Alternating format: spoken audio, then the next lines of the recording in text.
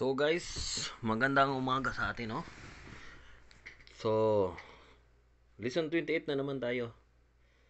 Natapos na natin yung lesson 26 at 27, kaya 28 tayo ngayon. At sa lesson 28,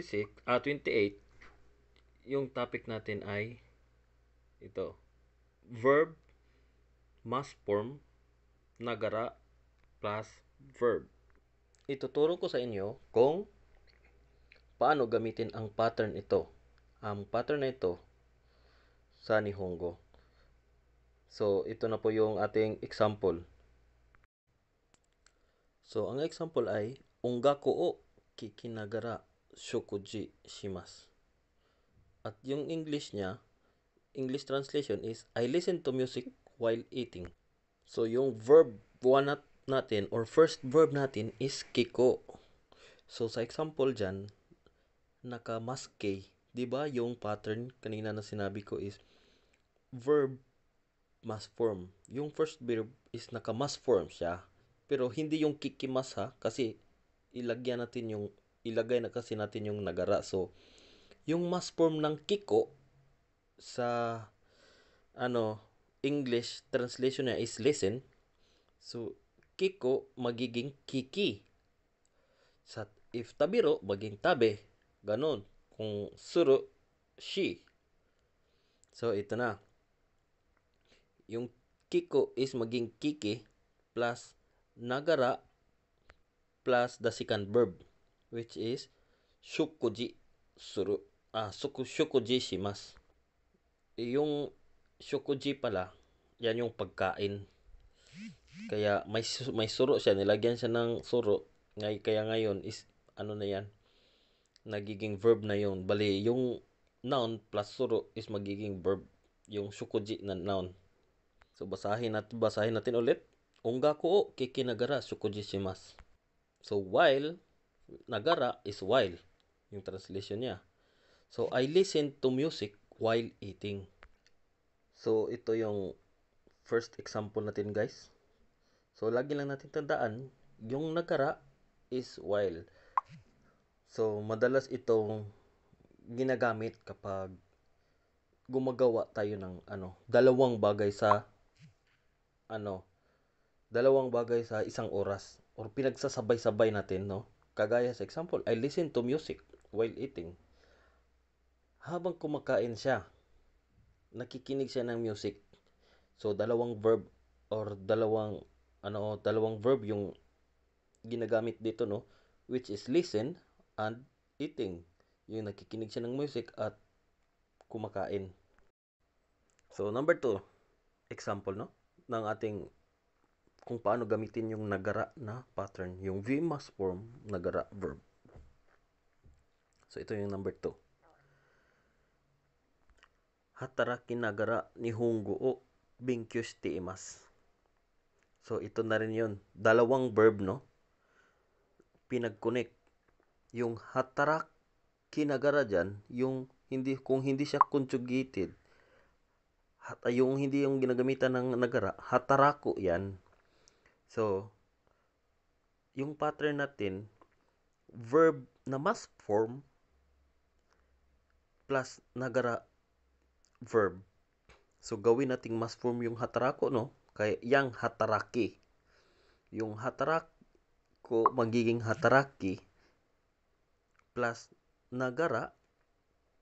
So, magiging hataraki nagara. Or, while working, ganon. Hataraki nagara nihongo o benkyou shitemasu. So, ito yung pangalawang verb natin. Yung benkyou. So, dyan, dalawang verb yung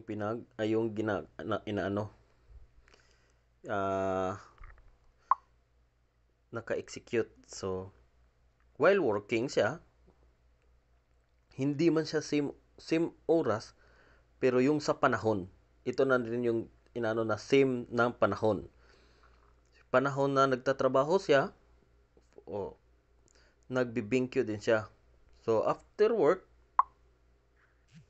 nagbibingkyo siya. Nag-study siya. Or, while working siya, example, nagtatrabaho siya sa isang convenience store, nagtitinda siya. Tapos habang walang customer, nagbibingkyo siya. Pero hindi natin alam kung paano siya nagbibingkyo. So, depende na yan sa diskarte. Or, nag-memorize lang siya, or kapag may nakikita siya sa mga paninda niya na mga Japanese language, binabasa-basa niya, ganon. So, ito yun. Yung example na, hataraki nagara, while working, Nihongo Binkyou shitemasu. Nag-aaral daw siya ng Nihongo. So, dito magtatapos yung lesson 28 number 1. So, punta tayo sa lesson 28 number 2. So, ito na yon, yung ating lesson 28 number 2. Which is verb T form plus imas. So, itong verb T form imas na ito, medyo may ano siya, no? Medyo yung kumpara doon sa mga mas mababang lesson, doon mga N5, kasi N4 to, no? Sa mga N5 level, medyo different siya ng konti. So, itong T-form imas na ito is, nag-indicate siya, parang isang habitual behavior. Kumpara doon sa yung mga nakaraang N5 na lesson, which is ing form siya, or pag sinasabi tabiti imas, o kumakain, yung present na ginagawa, or present verb, yung kasulukuyang nagagawa, or yung gumagawa ng kilos, yan yung T-form imas. Yung T-form imas na yung pang N5. Ito yung sa N4 is yung habitual behavior. At pwede din ito yung sa past, yung mga ginawa mo sa mga nakaraan, yung mga ginagawa mo sa nakaraan, at yung imas dyan magiging past form din siya. So, meron tayong example sa para dito. So, ito na yun ang example na sinasabi ko, no? Sa may asa jogging go shite imasu. I go jogging every morning. So, ito na yung sinasabi ko na habitual behavior. So, habit niyang mag-jogging. So, sinasabi niya ito, may asa jogging go shite imasu.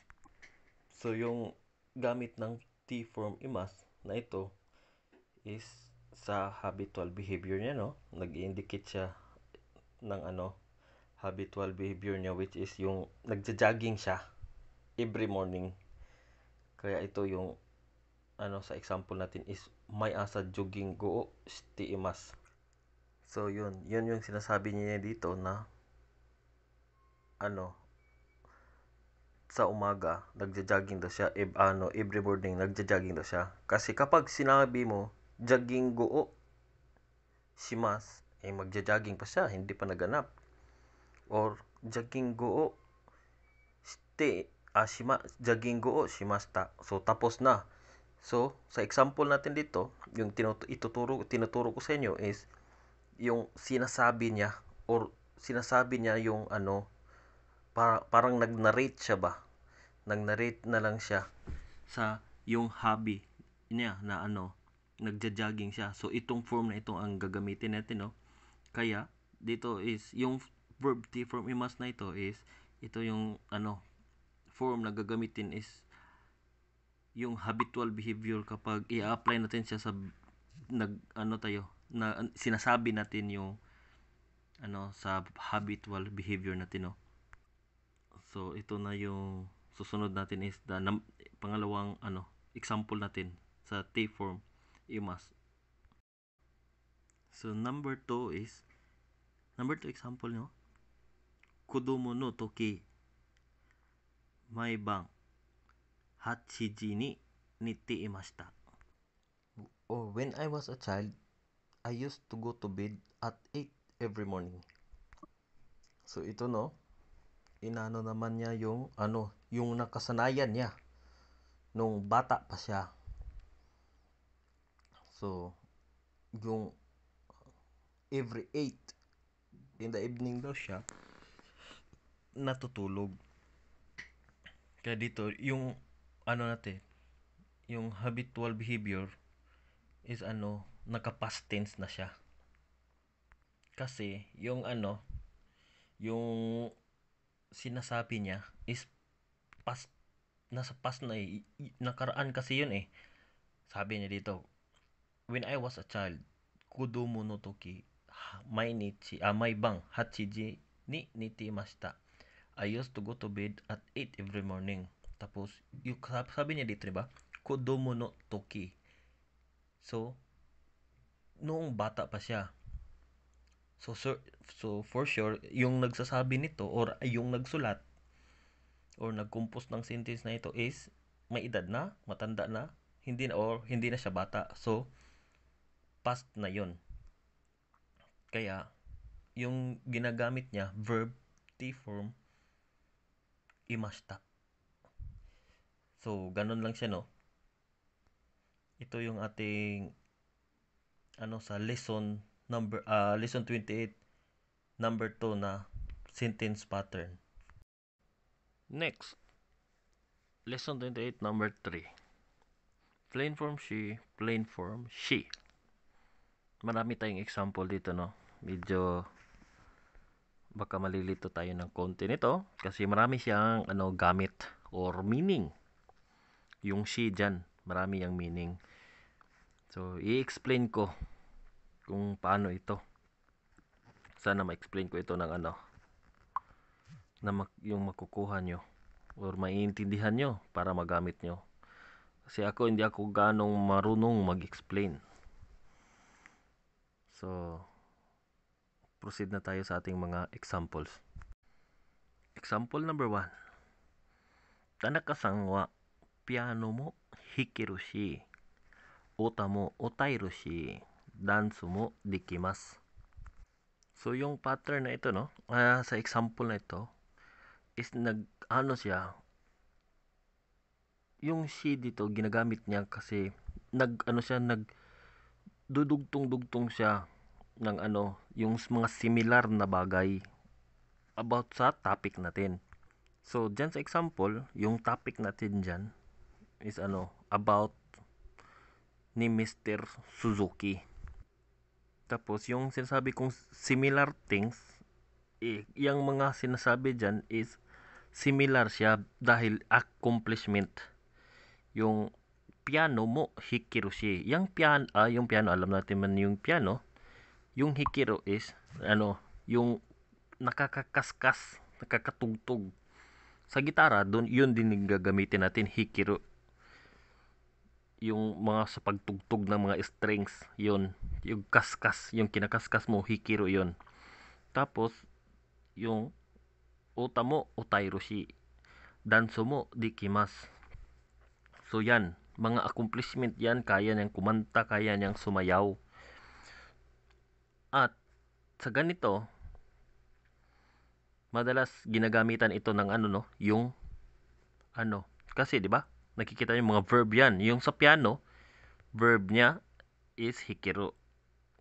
Tapos sa uta, noun din niya yung uta, no? Verb niya is utairu. Tapos yung sa dance, dikimasu, or yung sa shimasu yan, conjugated lang yan. So ito na, ginagamitan din siya ng mo. As na yan, yung also, yung parang ganon, yung yung punto dyan. Kasi sa Japan meron mga particle yung ginagamit para mas mas patindihin yung meaning ng sinasabi mo. So about yan, hindi ko mai-explain pa sa inyo kasi nasa mababang pa tayo. Level, kasi yung mga ganon nasa mataas-taas na yon. At kapag diretso tayo doon sa mga ganon na bagay, ay medyo malilito lang tayo. Kasi parang, bakit ganito, ganon. Yan lang yung maiisip natin. At sa akin, ko lang yan dahil hindi ko sa libro natutunan kasi natutunan ko yan kung yung sa kaibigan kong Hapon, siya yung nagtuturo sa akin kapag yung may tanong ako, bakit ganito, bakit ganyan, siya yung nag-i-explain. Kaya yung mo dyan ginagamit, kaya madalas din yang ginagamit kapag nagdudugtong-dugtong ka ng mga bagay. Pwede din yan yung piano mo ay piano hikirushi. Kahit wala nang mo, naintindihan na okay na yan. Yung no? Suzuki-san wa piano hikirushi, uta otairushi, danso dikimasu. Pwede na yan. So, wag na lang natin yung Pero yung mas bagay talaga dito yung may mo. So, proceed tayo sa next example. Example number 2. Tanaka-san wa majime da shi, chugoku mo juzu da shi, sore ne kiken mo arimasu. So, sa example na ito, no, andyan din yung mga shi dyan. Yung mga plain form shi. So, Tanaka-san wa majime da shi. Yung pangdugtong, no? So, may makikita kayo dyang sureni. Ba diba? May dinudugtong-dugtong nila ito yung yung sinasabi dito. Yung pag di-describe niya dito sa number 2 na example natin, dinidescribe niya or may sinasabi siya yung mga katangian ni Tanaka-san. Makikita niyo dito is Tanaka-san wa majime da shi. Sabi niya, may shi, no? Chugoku mo or yung Chinese language, no? Chugoku mo juzu da shi. Tapos may makikita sa susunod dyan, may makikita sa kayo na sore ni kiken mo arimasu.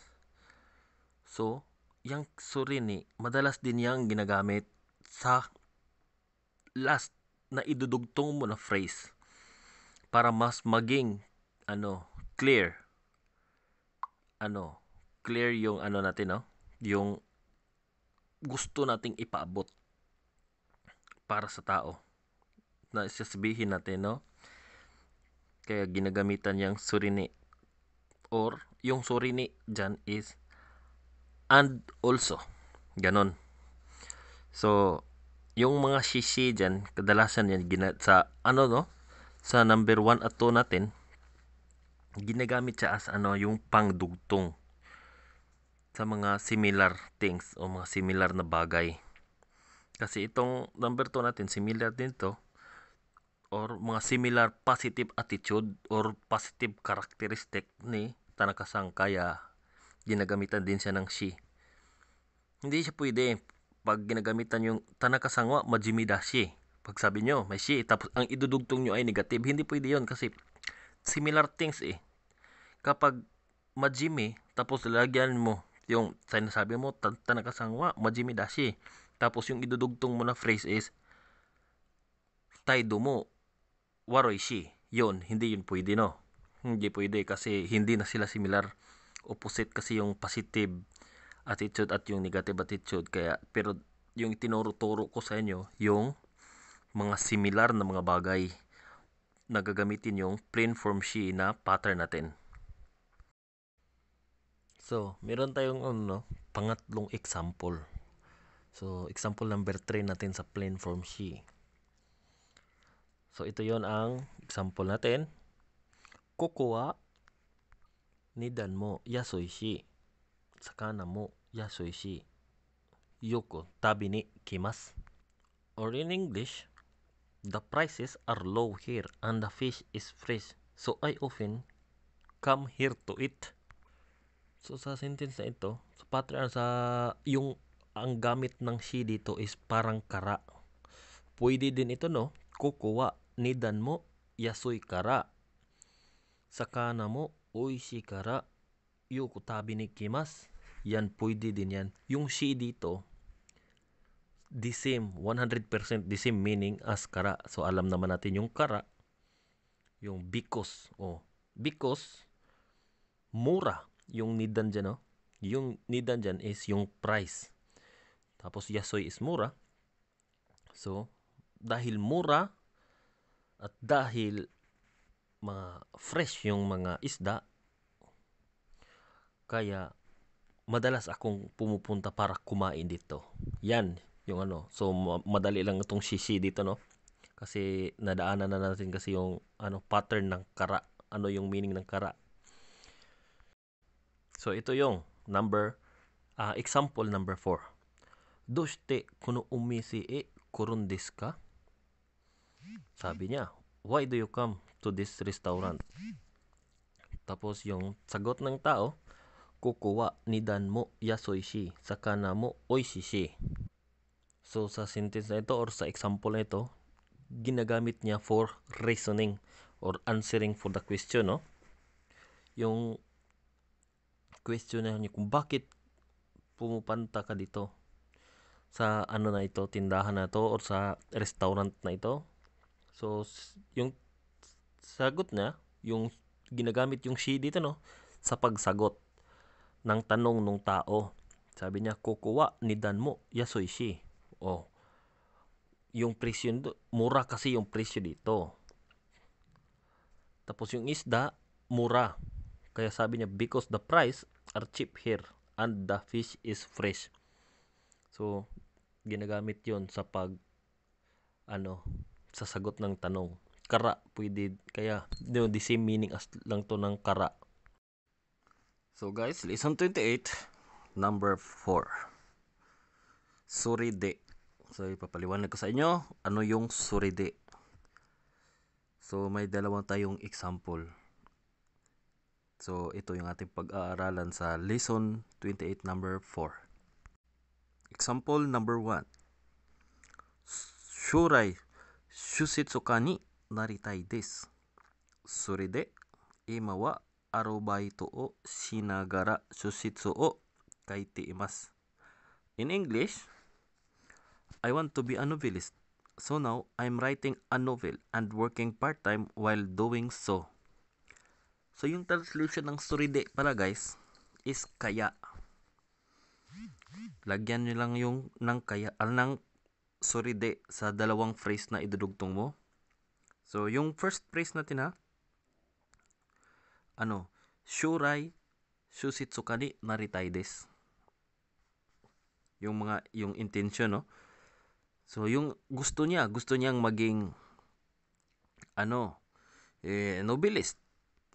Tapos lagyan mo ng suride. So in Tagalog, kaya ima wa arobaito o shinagara shusetsu o kaite imasu. Tapos yung suride dyan is, meaning is kaya habang nag-aarobaito siya, nagsusulat siya ng mga nobela. So guys, ito siya, no? Yung suride, para siya yung idadagdag mo sa unang sinabi mo. So yung sa example na to, yung shurai shusetsuka ni naritai desu. So shurai, future, no? Yung mga future na panahon. So sa future, gusto niya maging novelist. Sabi niya, shusetsuka ni naritai desu. So yon yung yung unang sinabi niya. Tapos gusto mo niya yung yung punan pa, dagdagan pa yung sasabihin mo tungkol sa gusto mo mangyari, na gusto mong maging novelist. Kaya sabi niya, kaya habang nag-aarubayto ako ngayon, nagsusulat ako ng mga nobela. Or another example, Okanimotsu ni naritai desu. Ayan. Gusto kong maging mayaman. Tapos yung word yung sa sinabi ko na gusto kong maging mayaman, plus parang susuportahan ko pa siya ng isang may sasabihin pa ko para mas masuportahan siya, which is ano ang gagawin ko para maging ganon? Gusto kong maging mayaman. So mag-aaral ako ng mabuti. So suride chanto gaku de benkyu shite imasu. So yun, pwede na yun. So bali mo siya, no? Parang yung gagawin mo, ganon. Basta ini-indicate niya yung ano, yung sa yung suride nag-indicate yung ano no, yung ano ang sasabihin mo sa sinabi mo, sa unang nasabi mo, yun, ganon. So proceed tayo sa ikalawang example para sa suride. Example number 2. Koko wa kohi mo oishishi, shokuji mo dekiru shi, suride ninki ga arun desu ne. In English, the coffee is good here and you can also have a meal. So that's why it is popular, isn't it? Ganon. So sabi niya, dito, nasa ano to sila no, coffee shop. So sabi niya, or sa isang restaurant, ganon. Yung kopi, yung kape dito, masarap. Tapos pwede bang kumain. Sabi niya, kaya popular. Kaya maraming tao pumupunta dito. Kaya matunog ang pangalan ng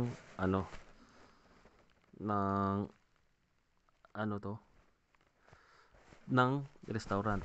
So yung suride is siya, parang yung unang sinabi, siya yung nagdudugtong sa gusto mong sasabihin, sa gusto mong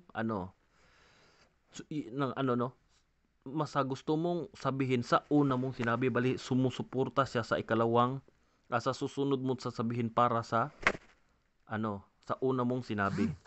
So kagaya nito, sa ang una niyang sinabi, masarap yung masarap yung kape at pwede rin kumain.